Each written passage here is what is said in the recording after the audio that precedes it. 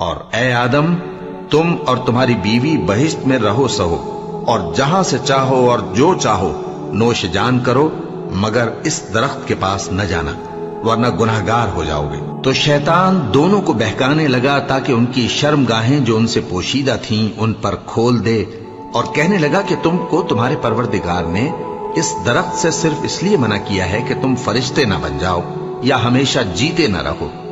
اور ان سے قسم کھا کر کہا کہ میں تو تمہارا خیر خواہ ہوں۔ غرض مردود نے دھوکہ دے کر ان کو معصیت کی طرف کھینچ ہی لیا۔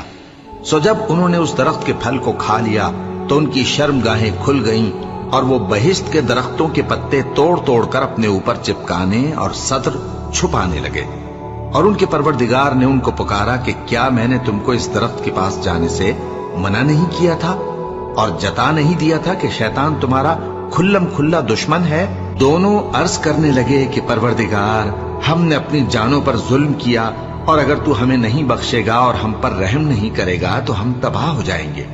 فرمایا تم سب بہشت سے اتر جاؤ، اب سے تم ایک دوسرے کے دشمن ہو، اور تمہارے لیے ایک وقت خاص تک زمین میں ٹھکانا اور زندگی کا سامان کر دیا گیا ہے۔ فرمایا کہ اسی میں تمہارا جینا ہوگا اور اسی میں مرنا، اور اسی میں سے قیامت کو زندہ کر کے نکالے جاؤ گے۔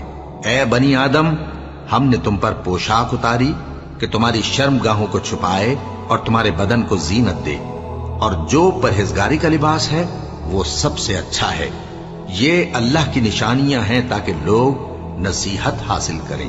اے بنی آدم، دیکھنا کہیں شیطان تمہیں بہکا نہ دے، جس طرح تمہارے ماں باپ کو بہکا کر بہشت سے نکلوا دیا اور ان سے ان کے کپڑے اتروا دیے تاکہ ان کے ستر ان کو کھول کر دکھا دے۔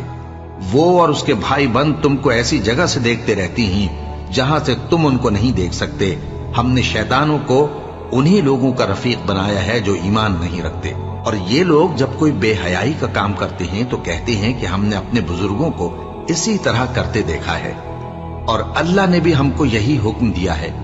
کہہ دو کہ اللہ بے حیائی کے کام کرنے کا تو حکم نہیں دیتا۔ کیا تم اللہ کی نسبت ایسی بات کہتے ہو جس کا تمہیں علم نہیں؟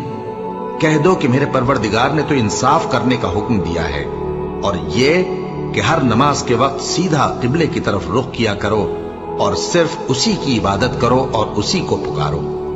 اس نے جس طرح تم کو ابتدا میں پیدا کیا تھا اسی طرح تم پھر پیدا ہوگے۔ ایک فریق کو تو اس نے ہدایت دی اور ایک فریق پر گمراہی ثابت ہو چکی۔